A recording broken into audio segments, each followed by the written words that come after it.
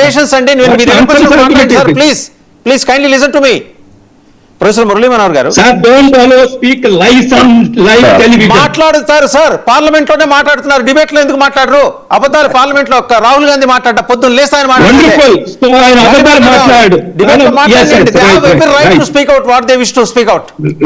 కాస్త శాంతంగా ఉండండి మీరు, దయచేసి డిస్టర్బ్ చేయమాకండి. సార్ ప్రొఫెసర్ మురళీ మనోహర్ గారు, ఈయన ఎన్డీఏ ప్రభుత్వం చేసిన ప్రధానమైన తప్పిదం ఏంటంటే సోనం వాంగ్చుక్ని లడక్ ముఖ్యమంత్రిని చేస్తే ఆందోళన ఇక్కడ దాకా వచ్చేది కాదు. సోనం వాంగ్చుక్ని ఆపరేట్ చేస్తూ డీప్ స్టేట్ దింపిన శక్తులన్నీ కూడా భుజాల్లో గోతాల్లో రాళ్ళు వేసుకుని ఢిల్లీకి వచ్చినాయి. నేను ఇక్కడ విద్యార్థుల్ని యువతని తప్పు పట్టట్లా, వాళ్ళని ఫోర్ ఫ్రంట్లో పెట్టి వెనకాల నుంచి నడిపిన నాటకం ఇది. అండ్ సిజేపీ పుట్టుకి itself is highly questionable integrity ఉన్న పీపుల్తో పుట్టిన పార్టీ అది. 2 మిలియన్ల మంది మరి ఆ పార్టీలో 2-3 రోజుల్లో సభ్యత్వాలు స్వీకరించిన వాళ్ళు, మద్దతు పలికిన వాళ్ళు అంతమంది ఉన్నప్పుడు సోషల్ మీడియాలో ఎంతమంది వచ్చారు? అండ్ 4 రోజులు ఆయన ప్రొటెస్ట్, ఆయన ఆధ్వర్యంలోనో లేకపోతే సిజేపీ ఆధ్వర్యంలో ప్రొటెస్ట్ జరుగుతున్నప్పుడు గవర్నమెంట్ ఎలో చేసింది. ఇంకోటి ఏంటంటే నిన్న మొన్న అదృష్టం అనుకోవాలి, జమ్మూ కాశ్మీర్లో నుంచి ఒక ఉగ్రవాదిని తనతో పాటు తీసుకొచ్చి పార్లమెంటు అది జంతర్ మంతర్లో ధర్నా చేయాలని ఒమర్ అబ్దుల్లా గారు మిర్వాయిజ్ ఉమర్ ఫరూక్ని తీసుకొచ్చి 4 ఏళ్ళు హౌస్ అరెస్ట్లో ఉన్నాడు. నరనరాన భారత వ్యతిరేకత నింపుకున్న ఉగ్రవాది ఆయన తీసుకొచ్చి ధర్నా చేద్దాం అనుకుంటే జమ్మూ కాశ్మీర్లో వరదలు వచ్చి ఆయన పోస్ట్ పోన్ చేసుకున్నాడు, లేకపోతే అల్లా కల్లోలం వేయండి వెళ్ళి. ఒకసారి ఇమాజిన్ చేయండి, ఇదేమి హైపోథెటికల్ కాదండి. ఆ జమ్మూ కాశ్మీర్లో పరిస్థితి మామూలుగా ఉండుంటే వాళ్ళు ఆందోళన చేసేవాళ్ళు, అటు నుంచి కొందరు టెర్రరిస్టులు వచ్చేవాళ్ళు, ఇటు నుంచి డీప్ స్టేట్ ఎంట్రీ ఇచ్చేది, పక్క నుంచి చైనా వచ్చేది. కమ్యూనిస్ట్ పార్టీ వాళ్ళకి ఏంటంటే సంబంధం వెళ్ళి చైనా ఎంబసీకి వెళ్ళి అంబాసిడర్తో మాట్లాడడానికి బృందాకారత్కి వెళ్ళి ఏంటి పని అండి? ఇది మనకు సంబంధించిన అంశం. ఎస్, విద్యారంగంలో అవకతవకలు ఉన్నాయి, సంస్కరణలు జరగాలి, ధర్మేంద్ర ప్రధాన్ రాజీనామా చేయడానికి డిమాండ్ వస్తున్నప్పుడు genuine demand, they have every right to raise their demand. పార్లమెంట్లో చర్చ పెట్టడానికి ఏంటంటే ఈ ప్రభుత్వానికి అంత ప్రతిష్ట తీసుకోవాల్సిన అవసరం ఉంది? ఇక్కడ దాకా తెచ్చుకుంది ఎవరు? కేంద్ర ప్రభుత్వం, లేకపోతే వీళ్ళందరినీ ఎక్స్పోజ్ చేద్దామని ఇక్కడ దాకా తీసుకొచ్చిందా? నమస్తే అండి వాసు గారు, ఇతర కో ప్యానల్ పెద్దలకు అందరికి నమస్తే. నేను చర్చ జరగాల్సిందే, చర్చ జరిగితే విషయాలు పబ్లిక్ పర్సెప్షన్ కరెక్ట్ గా ఏర్పడుతుంది, అందరినీ వింటారు ప్రజలు, వాళ్ళ నిర్ణయం వాళ్ళు తీసుకుంటారు. అయితే ఢిల్లీలో జరిగింది ధర్నానా దంగానా అనేది ఇప్పుడు వచ్చినటువంటి పెద్ద సమస్య. ధర్నా 23 రోజుల నుంచి దీక్షలో వాంగ్చుక్ ఉన్నారు, పీస్ఫుల్ గా ఉన్నది కనుక మనకు ఏ సమస్య లేదు, పోలీసు ఎక్కడా కూడా లాఠీ జుల్పించలేదు, టియర్ గ్యాస్ లేవు, ఏమీ లేవు. 23 రోజుల నుంచి చాలా ప్రశాంతంగానే ఉన్నది కదా. కనుక 23 రోజుల తర్వాత కూడా ఒక మనిషి ఆరోగ్యంగా ఉంటారు అనుకుంటే అది అమాయకత్వం అవుతుంది. కనుక ఆయనకు హాస్పిటల్ను షిఫ్ట్ చేశారు, షిఫ్ట్ చేసి కోర్టు కూడా మానిటర్ చేస్తుంది, ఏ హాస్పిటల్లో ఉండాలి, ఎక్కడ ఉండాలి, ఇవన్నీ కూడా కోర్టు చెప్తూ ఉంది. కనుక కోర్టు డైరెక్షన్ లోనే అంతా నడుస్తా ఉంది, దీంట్లో ఎక్కడి బలవంతం లేదు, ఇది లేదు. కనుక ఇది మరి ఇప్పుడు ఏమైంది సడన్ గా అంటే, ఒకటి దీంట్లో ఈ ఉద్యమంలో విద్యార్థుల పాత్ర ఎక్కడ ఉంది అనేది నా ప్రశ్న. చాలా తక్కువ. సమస్య విద్యార్థులది, కానీ పాత్ర రాజకీయ నాయకులది. టోటల్ గా పొలిటిసైజేషన్ ఆఫ్ మూవ్మెంట్ జరుగుతుంది, కళ్ళ ముందర కనిపిస్తుంది. సినిమా కనిపించి కూడా నాకేం తెలియదు అన్నట్టుగా మాట్లాడితే చాలా అమాయకత్వం అవుతుంది.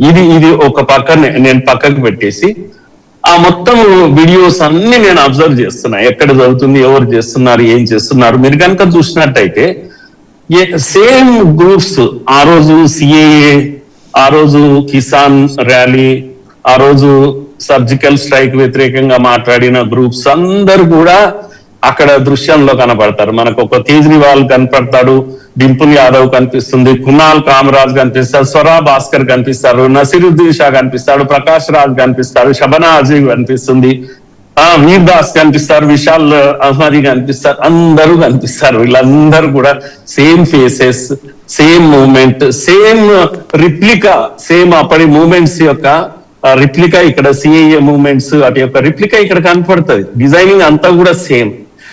కనుక దీంట్లో స్టూడెంట్ ఎక్కడ ఉన్నాడు, విద్యార్థి వాయిస్ ఎక్కడ పోయింది అర్థం కాదు. ఈయన దీప్తి తర్వాత వీళ్ళంతా ఎక్కడ పోయినరో, వాంగ్చుక్ అంతా కూడా ఎక్కడ పోయినరో, వాళ్ళు తెచ్చినటువంటి విద్యార్థులు ఎక్కడ పోయారో. 10% స్టూడెంట్స్ ఉన్నారు అక్కడ, దిక్కుముక్కు లేకుండా అటు ఇటు తిరుగుతున్నాడు. ఒక దశలో అయితే ఆయన ఎవరు అభిజిత్ దీప్తే తర్వాత విజేత దాహియానా ఆయన స్పోక్స్ పర్సన్ ఆ స్టేడియం దగ్గర ఊరికి దిక్కుమాలిన వాళ్ళగా తిరుగుతా ఉన్నాడు. మీడియా వాళ్ళు అడుగుతున్నారు, నువ్వేంది ఇక్కడ అక్కడ లాఠీ చార్జ్ అవుతుంది, గొడవ అయిపోతుంది, ఇక్కడ తిరుగుతున్నావు అని అడుగుతున్నారు. ఆయన ఏదో బన్ను తినుకుంటా బర్గర్ తినుకుంటా పోతా ఉన్నాడు. కనుక నేనేమంటున్నా అంటే వాళ్ళు స్టూడెంట్స్ కొరకు వచ్చిన వాళ్ళు, స్టూడెంట్ మూవ్మెంట్ నడుపుతున్న వాళ్ళేమో బర్గర్లు తినుకుంటా అటు ఇటు తిరుగుతూ ఉన్నారు. ఇక్కడ గొడవ చేసే దాంట్లో ఎవరున్నారు అనేది నా ప్రశ్న. ఎవరున్నారు అని అంటే మళ్ళా అదే ఎస్ఎఫ్ఐ, అదే ఏఐఎస్ఎఫ్, అదే ఐసా, అవే సంఘాలు, అవే డప్పులు, అవే పాటలు, అవే నినాదాలు ముందుకొచ్చేసి మాట్లాడుతున్నటువంటి ఇండియా వ్యతిరేకమైనటువంటి స్లోగన్స్, బస్ నామ్ రహేగా అల్లాకా అనే పాటలు చాలా అద్భుతంగా వినిపిస్తుంది. చలో సంసద్ మూమెంట్ లో సంసద్ ఉడా దేంగే, నేపాల్ బనేగా భారత్, ఈ నినాదాలన్నీ నిజంగా కూడా ఆంజనేయ రెడ్డి గారికి మిగతా కూడా కొద్దిగా ఎమోషనల్ కోపం వస్తే వచ్చిండొచ్చు, కానీ కనీసం వాళ్ళు నినాదాలు కూడా మార్చుకోలేకపోతున్నారు. మరో నేపాల్ చేస్తాము, సంసద్ను లోక్సభను లేపేస్తాం అనేది బహుశా ఎమోషనల్ గా వారికి కోపం వచ్చింటుంది. కానీ నేను ఏమంటున్నా అంటే ఈ గ్యాంగ్స్ ఏవైతే ఉన్నాయో, ఈ దంగా చేసిన గ్యాంగ్స్ ఏవైతున్నాయో ఈ మూవ్మెంట్ ని ఎక్స్ప్లాయిట్ చేయడానికి అక్కడ ఉన్నాయి. ఈ రెండు నిజాలు. అక్కడ స్టూడెంట్స్ ను మొబిలైజ్ చేయడానికి వాళ్ళు ప్రయత్నం చేస్తున్నారు.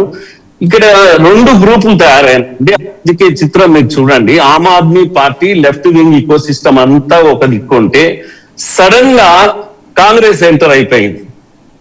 కాంగ్రెస్ స్వయంగా రాహుల్ గాంధీ నాయకత్వంలో, ప్రియాంక నాయకత్వంలో, మల్లికార్జున్ ఖర్గే నాయకత్వంలో కాంగ్రెస్ పార్టీ స్వయంగా ఉద్యమంలోకి దుంకింది. ఎందుకంటే ఈ క్రెడిట్ ఆమ్ ఆద్మీ పార్టీ తీసుకుపోతుంది. చివరకు మళ్ళా 2 రాష్ట్రాలు కబ్జా చేస్తుంది. గతంలో జరిగినటువంటి అన్నా హజారే ఉద్యమాన్ని ఎట్లయితే తీసుకెళ్లిందో, ఎందుకంటే లెఫ్ట్ ఈకో సిస్టమ్ అంతా కూడా ఆమ్ ఆద్మీ పార్టీతో నడుస్తుంది ఈ దేశంలో.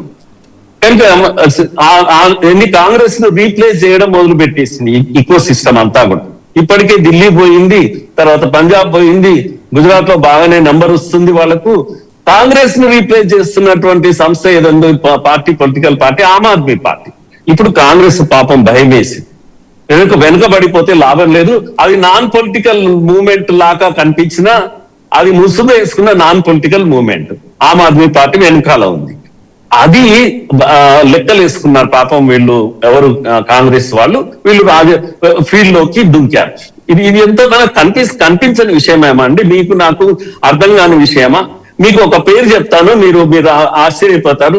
ఢిల్లీలో మీరు ఆ మూలను వెళ్ళి అరవండి, ఎవరైనా చెప్తారు దా పేరు తెలియదా అని. హాజీ అఫ్జల్ అనేవాడు అతి పెద్ద నేరస్తుడు ఢిల్లీలో. ఏమంటాం, హిస్టరీ షీట్ ఉన్నటువంటి వాడు, ఢిల్లీ నేరస్తుడు నెంబర్ 1 అతడు. సో అతని గ్యాంగ్స్ అంతా కలిపి అత్యధికంగా పెద్ద నెంబర్ అతని నెంబరే. అతడు మొబిలైజ్ చేశాడు, అక్కడ మూవ్మెంట్ నడిపిస్తున్నాడు. ఈ పోలీస్ పైన జరిగిన దాడులు 118 మంది పోలీసులు గాయపడ్డారు, హాస్పిటల్లో పడ్డారు. ఇంత సంయమనంతో ఎక్కడ పోలీసులు చూడలేదు మనం ఇంతవరకు. ఎంత సంయమనంతో 4 బెరకేడ్లు తన్నుకొని లోపలికి వచ్చాక 4వ బెరికేడ్ దగ్గర పోలీసులు యాక్షన్. అది కూడా పోలీసులు కొట్టడం ప్రారంభించారు. వాళ్ళు తన్నుకొని వచ్చేసారు విద్యార్థులు. వీళ్ళు వార్నింగ్ ఇస్తున్నారు వద్దని. విద్యార్థులు కూడా కాదు, ఈ గుండాలు. 3 అయిన తర్వాత 4వ దగ్గర పోలీసులు దాడి చేసి దిక్కు లేక పోలీసు కింద పడిపోతున్నప్పుడు ఆర్డర్స్ వచ్చాయి బయట నుంచి. బహుశా వాళ్ళు పోలీసులు అప్పుడు చార్జ్ చేయడం మొదలు పెట్టారు. అంతవరకు ఏమీ చేయలేదు. సంయమనం అంటే సంయమనంతో ఉన్నటువంటి వాళ్ళు. గుండాలు, it was a fight between goondas arranged by political leaders and police.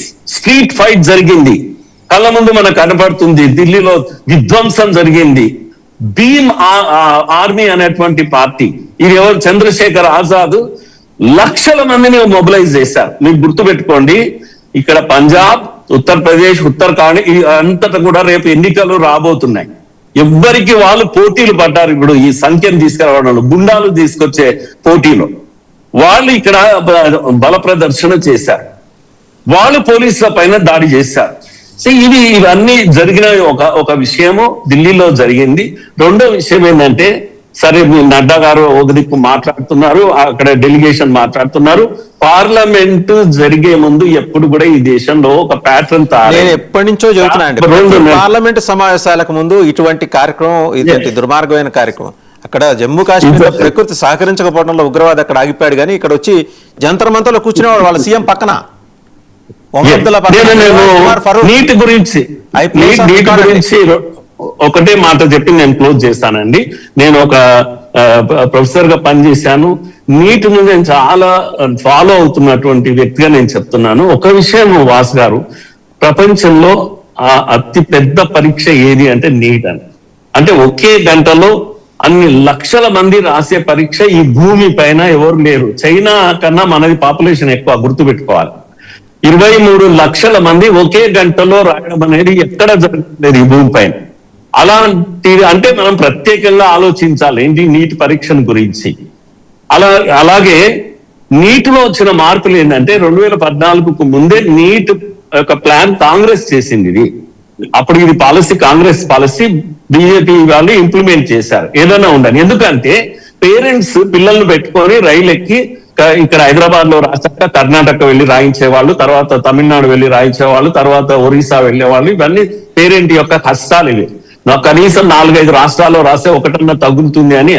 ఇది పేరెంట్ పిల్లల సమస్యలను మోడీ గారు కూర్చొని ఆలోచించాక ఏం చేస్తుంటే 1 ఎగ్జామినేషన్ కొరకు వెళ్ళారు, నీట్ కొరకు వెళ్ళారు, ఎన్టీఏకు ఇచ్చారు. ఇవన్నీ జరిగాయి మనకు. కానీ 500 కేంద్రాల నుంచి 5000 కేంద్రాలకు పెరిగింది. గుర్తు పెట్టుకోవాలి దయచేసి. మీరు 2 రాష్ట్రాల్లో మీరు గుర్తు చేసుకుంటే హైదరాబాదు, విశాఖపట్నం, తిరుపతి, ఇవి 4-5 సెంటర్స్ లో జరిగాయి. ఇప్పుడు అన్ని జిల్లాలలో జరుగుతుంది. దయచేసి గుర్తు పెట్టుకోవాలి, అన్ని జిల్లాలలో. ఒకటి, దేశం అంతా కూడా నీట్ అనేది పేరెంట్స్ దగ్గరికి వెళ్ళిపోయింది, పిల్లల దగ్గరికి వెళ్ళిపోయింది. మీరు ఇక్కడే రాయండి, ఏం రాస్తారో రాయండి, మీ భాషలో రాయండి అని కూడా చెప్పారు. 3 భాషల్లో జరిగే నీటు 12 భాషల్లో రాయిస్తున్నారు ఇప్పుడు. అంటే గ్రామీణ ప్రాంతం పిల్లలు కూడా హాయిగా రాసుకోవడానికి మీరు అంటే వెనకాల ఏం జరుగుతుంది అనేది చర్చ జరగడం లేదు. ఈ ఎక్స్పాన్షన్ ఎంత జరిగింది, నెట్వర్క్ ఎంత పెద్దగా పెరిగింది, comfort of the parent, comfort of the students ఎంత జాగ్రత్త తీసుకున్నారు. ఈ 10 ఏళ్ల కాలంలో వచ్చిన మార్పులండి. రెండో విషయం మీరు మర్చిపోవద్దు, ఈ 10 years లో అత్యధికంగా మెడికల్ సీట్లు పెరిగినాయి. మనకు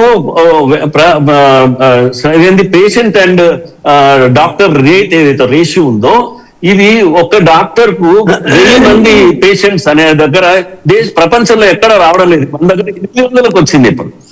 అంటే చాలా, అంటే డాక్టర్స్ సంఖ్య పెరిగింది, సీట్ల సంఖ్య పెరిగింది. ఇవన్నీ ఓకే ప్రొఫెసర్ గారు, నేనేంటే ఒక చర్చ జరపనిస్తే వచ్చే ఇబ్బంది ఏంటి ప్రభుత్వానికి అని అడుగుతున్నా. ఏమండి, ఒక చర్చ జరగనిస్తే వచ్చే ఇబ్బంది ఏంటి ప్రభుత్వానికి? పార్లమెంట్ లెట్ ఇట్ బి, జరగాలి, చర్చ జరగాలి తప్పకుండా. మీరు చూడండి, రేపు ఇవన్నీ ప్రెజెంటేషన్ చేస్తారు జరుగుతున్నది ఏంటి అని. అయితే పోయినసారి లీక్ అప్పుడు కొత్త కమిటీ చేశారు. డీజే రావు గారు ఇక్కడ మన హెచ్సిలో ఉండేటువంటి వైస్ ఛాన్సలర్ గారు కూడా ఆ కమిటీలో ఉన్నారు. నేను రిపీటెడ్ గా వాళ్ళతో నేను డిస్కషన్ చేస్తున్నాను. ఆ కమిటీ చేసిన గొప్ప ఇది ఏంటి అంటే, సింపుల్ గా ఒక సొల్యూషన్ ఇచ్చింది, మీరు జేఏఈని ఫాలో కండి అని చెప్పారు వాళ్ళు. జేఏఈలో ఎప్పుడు లీకేజ్ జరగలేదు. ఎందుకంటే 16 లక్షల మంది రాస్తారు జేఏఈ కూడా, చాలా ఎక్కువ. ప్రపంచంలో అంతా చూస్తే ఎక్కడ లేదు. జేఏఈ లీక్ ఎందుకు కాదు అంటే, కంప్యూటర్ బేస్డ్ ఎగ్జామినేషన్ ఆన్లైన్ జరుగుతుంది కనుక ఇది కూడా జరిగింది. అయితే ఇంకో 10 లక్షల మంది పిల్లలు ఎక్కువ అవుతారు, 22 లక్షలు కదా. అందుకని ఇప్పుడు ఏం చేశారంటే, కంప్యూటర్ బేస్డ్ ఇన్ఫ్రాస్ట్రక్చర్ నిర్మాణం చేశారు. కాకపోతే ఎగ్జామినేషన్ దగ్గరికి వచ్చాక అవి అన్ని కూడా సెట్ కాలేదు. అంత పెద్ద ఇన్ఫ్రాస్ట్రక్చర్ అంటే ఇంకో 10 లక్షలకు ఎక్స్ట్రా చేయడం అనేది వీలు కాదు. భయపడి ఏం చేశారంటే, ఈసారి వద్దులే, నెక్స్ట్ టైం కు పెడదామని దాన్ని అట్లా పెట్టారు. నెక్స్ట్ టైం జేఏఈ పద్ధతిలో జరగబోతుంది. లీక్ అనేది జరిగింది. మానవ తప్పిదాలు జరిగినాయి, దొంగలు వెనుక ఉన్నారు, చేసే దొంగతనాలు వాళ్ళు చేస్తున్నారు. ప్రభుత్వము వైపు నుంచి కూడా నిర్లక్ష్యం ఉంది. లీక్ జరిగింది, లీకేజ్ అయింది, దొంగలు పట్టారు, లోపల వేసారు. కానీ రిఫార్మ్స్ కొరకు నిరంతరము ప్రయత్నం చేసింది. అటిట్యూడ్ ఆఫ్ ది గవర్నమెంట్ లో మీరు విద్యార్థులకు జరుగుతున్న ఎక్సర్సైజ్, వెనకాల జరుగుతున్న ఎక్సర్సైజ్ అనేది చాలా మందికి తెలియని విషయము. కనుక నిబద్ధత చాలా ముఖ్యం. దీంట్లో పాలిటిక్స్ కాదు కావాల్సింది, పొలిటికల్ ఎక్స్ప్లాయిటేషన్ మాత్రం బ్రహ్మాండంగా ఢిల్లీలో జరిగింది. Right. ఢిల్లీలో జరిగింది ఎక్స్‌ప్లాయిటేషన్. అంబాసిడర్ వినోద్ గారు, ఇక్కడ ఈ మొత్తం ఆందోళనకు సంబంధించి ఒక కోణం ఉందండి. సోనం వాంగ్చుక్ మీతో కలిసి పనిచేసిన వ్యక్తి, కాంగ్రెస్ పార్టీతో కలిసి పనిచేసిన వ్యక్తి.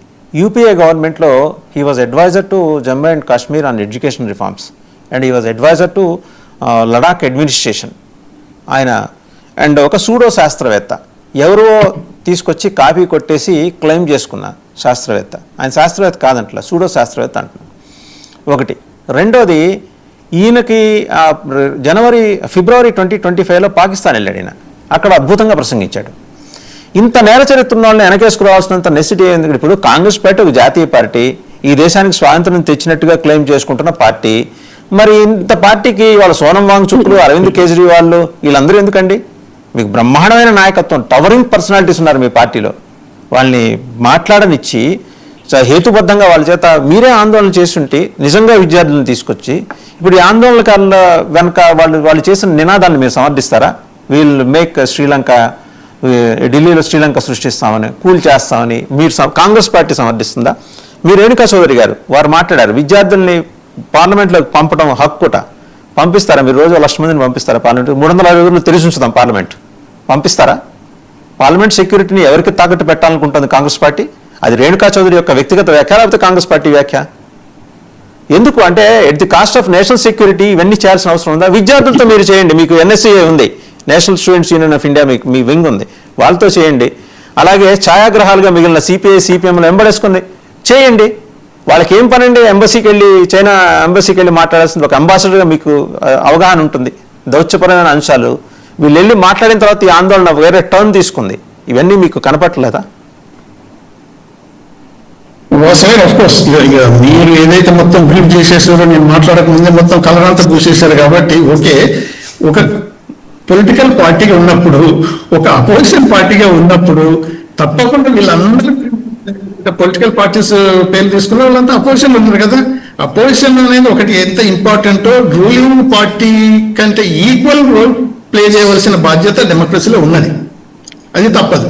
మీరు మొదలనే అన్నారు కదా, ఇప్పుడు మీరు అన్నట్టు పార్లమెంట్లో మీరు అక్కడ కవర్ చేసినట్టు, నేను మినిస్ట్రీ ఆఫ్ ఎక్స్టర్నల్ అఫైర్స్ లో పార్లమెంట్ డిపార్ట్మెంటే నేను దాని రోల్, దాని బాధ్యతలను చాలా కాలం చూశాను. 35 ఏళ్ళు కూర్చుంటున్నప్పుడు సుష్మా స్వరాజ్ గారు ఒక మాట లేచి ఇలా అంటే, పిలవండి prime minister, why don't call the prime minister అంటే మేము ఇమీడియట్ మెసేజ్ పంపించి, సార్ ఇది సీరియస్గా ఉన్నది, లీడర్ ఆఫ్ అపోజిషన్ డిమాండ్ చేస్తున్నారు కాబట్టి మీరు రావాలి, ఈ ఆఫ్టర్నూన్ మీరు ఇది ఎక్స్ప్లెనేషన్ ఇవ్వాలంటే పాపం అంటే ప్రైమ్ మినిస్టర్ ఇమ్మీడియట్ గా అప్పటికప్పుడు అన్ని తయారు చేసి వచ్చి మాట్లాడిపోయేవారు. కానీ ఈ రోజులలో మన ప్రైమ్ మినిస్టర్ ఎక్కడుంటారంటే న్యూజిలాండ్ లో ఉన్న ఐలాండ్ రిమోటెస్ట్ ఐలాండ్ లో కూడా ఏదో చేస్తారు, కానీ పార్లమెంట్ లో మాత్రం ఏం మాట్లాడడానికి వారు టైం దొరకదు. మన ప్రొఫెసర్ గారు అన్నారు కదా, ఓకే ఇవన్నీ ఏదో జరుగుతున్నాయి, వెనక ఏవేవో ఉన్నారు, స్టూడెంట్స్ తక్కువ ఉన్నారు, మిగతా వాళ్ళంతా ఎక్కువ ఉన్నారు. ఇప్పుడు మొత్తం షో అంతా మేనేజ్ చేస్తున్నది ఒకళ్ళు అంటున్నారు, కానీ షో అంతా కంట్రోల్ చేస్తున్నారు ఢిల్లీ పోలీస్ అంతా. లక్షల మంది ఉన్నారు అక్కడ, they know who is who. కానీ స్టూడెంట్స్ నే బ్లేమ్ చేసి రాళ్ళు తీసుకొచ్చి చేశారు, లేకపోతే శ్రీలంకను క్రియేట్ చేస్తున్నారు, లేకపోతే బంగ్లాదేశ్ క్రియేట్ చేస్తున్నారు అనేది ఒక ఈ అట్రిబ్యూట్ చేయటం అంత సమంజసం కాదు. ఒక్కొక్కసారి ఏమంటే చిన్న ఇష్యూ కూడా ఫ్లేరప్ అయిపోతుంది. ఇది ఇప్పుడు ఎడ్యుకేషన్ సిస్టమ్ మనం చాలా వరకు we have to do something. ఎంత దూరం అవుతుంది అంటే ఇంటర్నేషనల్ స్టాండర్డ్స్లలో మనం ఎక్కడున్నాం ఈరోజు. ఈవెన్ ఐఐఎంస్, ఐఐటీస్ ఇవన్నీ బెస్ట్ రినౌండ్ ఇన్స్టిట్యూషన్స్ అన్ని కాంగ్రెస్ ప్రభుత్వం క్రియేట్ చేసినా ఇప్పుడు ఈ ప్రభుత్వం కంటిన్యూ చేస్తుంది. We are very happy. కానీ ఏమవుతుంది, వాళ్ళకి అటానమీ లేకుండా మొత్తం వాళ్ళు ఇండైరెక్ట్ తీసుకొచ్చి నువ్వు ప్రొఫెసర్ ఏం టీచ్ చేయాలి, సిలబస్లు ఏం పెట్టాలి, ఇటువంటి అన్నిటి కూడా ఇంటర్ఫియర్ అయ్యే. ఎడారి దొంగల చరిత్ర చదవమంటారా మమ్మల్ని? ఎలాగో ఇప్పుడు మనం చదివేశాం, ఈ జనరేషన్స్ కూడా ఎడారి దొంగల చరిత్రలు చదువుకోవాలా? చరిత్ర వదిలిపెట్టండి, చరిత్ర గురించి మాట్లాడలేదు, నేను సైన్స్ గురించి మాట్లాడుతున్నానండి. మనం ఎక్కడ పోతున్నాం? సైన్స్ గురించి ప్రభుత్వం పట్టించుకోలేదా? ఇప్పుడు ఈ 10 ఏళ్లలో వచ్చిన ఇన్స్టిట్యూషన్స్, సార్ ఒకసారి అంబాసిడర్ గారు, ఈ 10 ఏళ్లలో వచ్చిన ఇన్స్టిట్యూషన్స్ లెక్క తీద్దామా ఒకసారి? వేరే డిబేట్లో మళ్ళీ లెక్క తీద్దామా? ఈ 10 ఏళ్ళు మీరెన్ని తీశారు?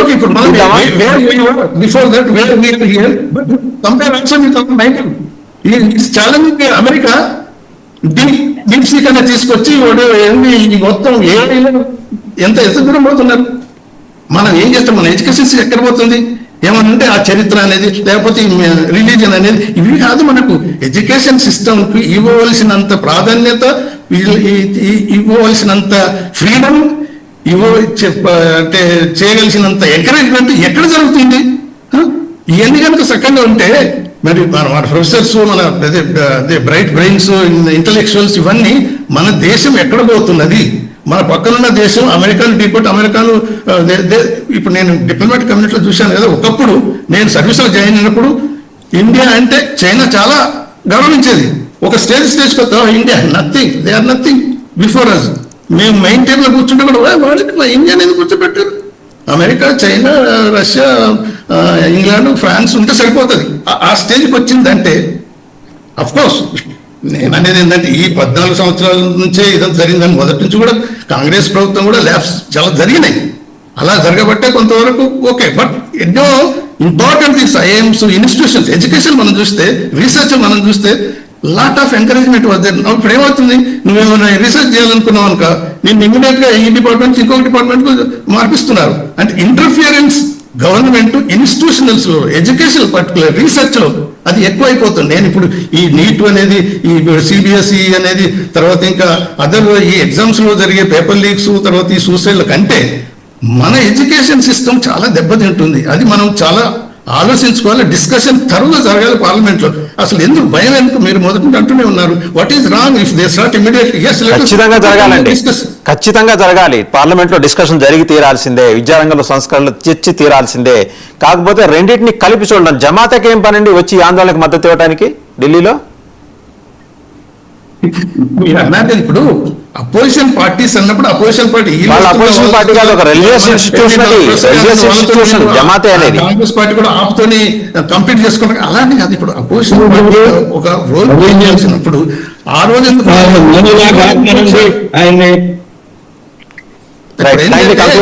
రైట్. ఆంజనేయ రెడ్డి గారు kindly conclude. Time is up. Brief గా, no emotions, only subject, no emotions. No emotions, కానీ అబద్ధాలు మాట్లాడకూడదు. అంబాసిడర్ గారు భారతదేశంలో ఉన్నారు, ఇంకా ఇతర దేశం అంబాసిడర్ ఉన్నారు, నాకైతే తెలియదు. ఈ రోజు education universities 3 times. Strong objection. Ambassador గారి మీద మీరు చేసిన వ్యాఖ్యలు ఉపసంహరించుకోవాలి. నాకు ఆయన తెలుసు, 35 ఏళ్ళు ఆయన ఇంటిగ్రిటీ, నేను సబ్జెక్ట్ పరంగా ఆయనతో వాదిస్తాను. High regards for him. ఈ రోజు All India Institute of Medical Sciences 3 times పెరిగింది, ఐఐటి 3 times పెరిగాయి, ఐఐఎం 3 times పెరిగాయి. ఈ రోజు మెడికల్ కాలేజీ సీట్లు నాకు ముందు మాట్లాడిన చెప్పారు ఆయన. ఆయనేమి అబద్ధం చెప్పాలి అంబాసిడర్ గారు. అది పెరిగింది కాదు సార్, మనం పాలసీ పరంగా విభేదించుకున్నాం. తీసుకొస్తున్నారు. ఎడ్యుకేషన్ లో తీవ్రమైన ఈరోజు సైన్స్ ఎంత అభివృద్ధి చెందింది. ఒక ప్రైవేట్ సంస్థలో స్కై రూట్ అనేవాళ్ళు ఈ రోజు శాటిలైట్. ఒక్క నిమిషం వారు మాట్లాడతారు. ప్రభాకర్ గారు మాట్లాడతారు. ప్రభాకర్ గారు కైండ్లీ కంక్లూడ్ అండి. Time is up. Kindly conclude.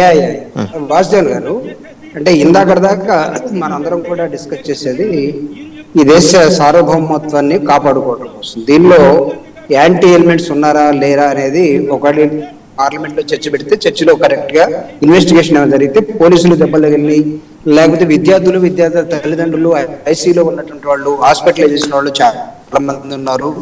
Let investigation ఏమంటే జరగనివ్వండి. కానీ నేను ఇప్పుడు వైఎస్ఆర్ కాంగ్రెస్ పార్టీ ప్రతినిధిగా ఒక అంశాన్ని మీ దృష్టికి తీసుకొస్తున్నాను సార్. ఇక్కడ మనం విద్యార్థులకి ఉన్నటువంటి ఫ్రీడమ్ కానీ, the way which they conducted the examination, ఇందాక మురళీ మోహన్ గారు చాలా స్పష్టంగా చెప్పారు.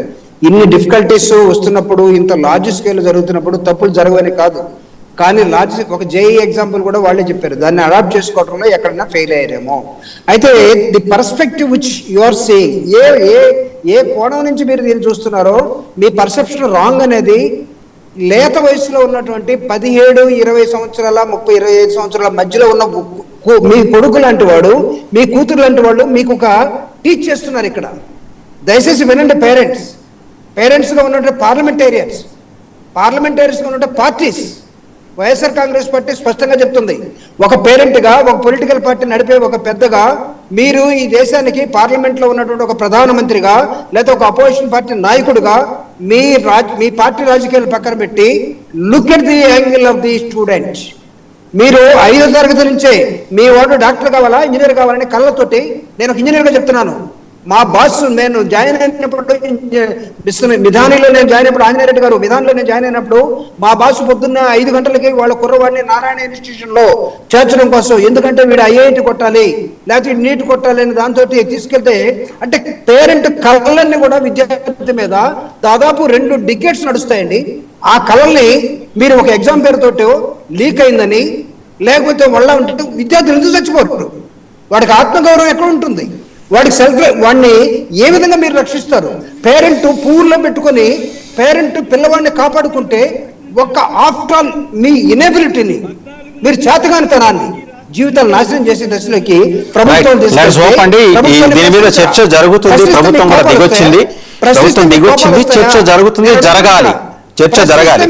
కానీ ఇదే సందర్భంలో యాంటీ సోషల్ ఎలిమెంట్స్ దీంట్లోకి ఎంటర్ అవటాన్ని మాత్రం ఖచ్చితంగా మనం వ్యతిరేకించాలి. పార్టీలన్నీ కూడా దీని మీద దృష్టి పెట్టాలి. Thank you very much Jupudi Prabhakar గారు, ఆంజనేయ రెడ్డి గారు, ప్రొఫెసర్ మురళీ మనోహర్ గారు, అంబాసిడర్ డాక్టర్ వినోద్ గారు, అందరికీ కూడా ధన్యవాదాలు.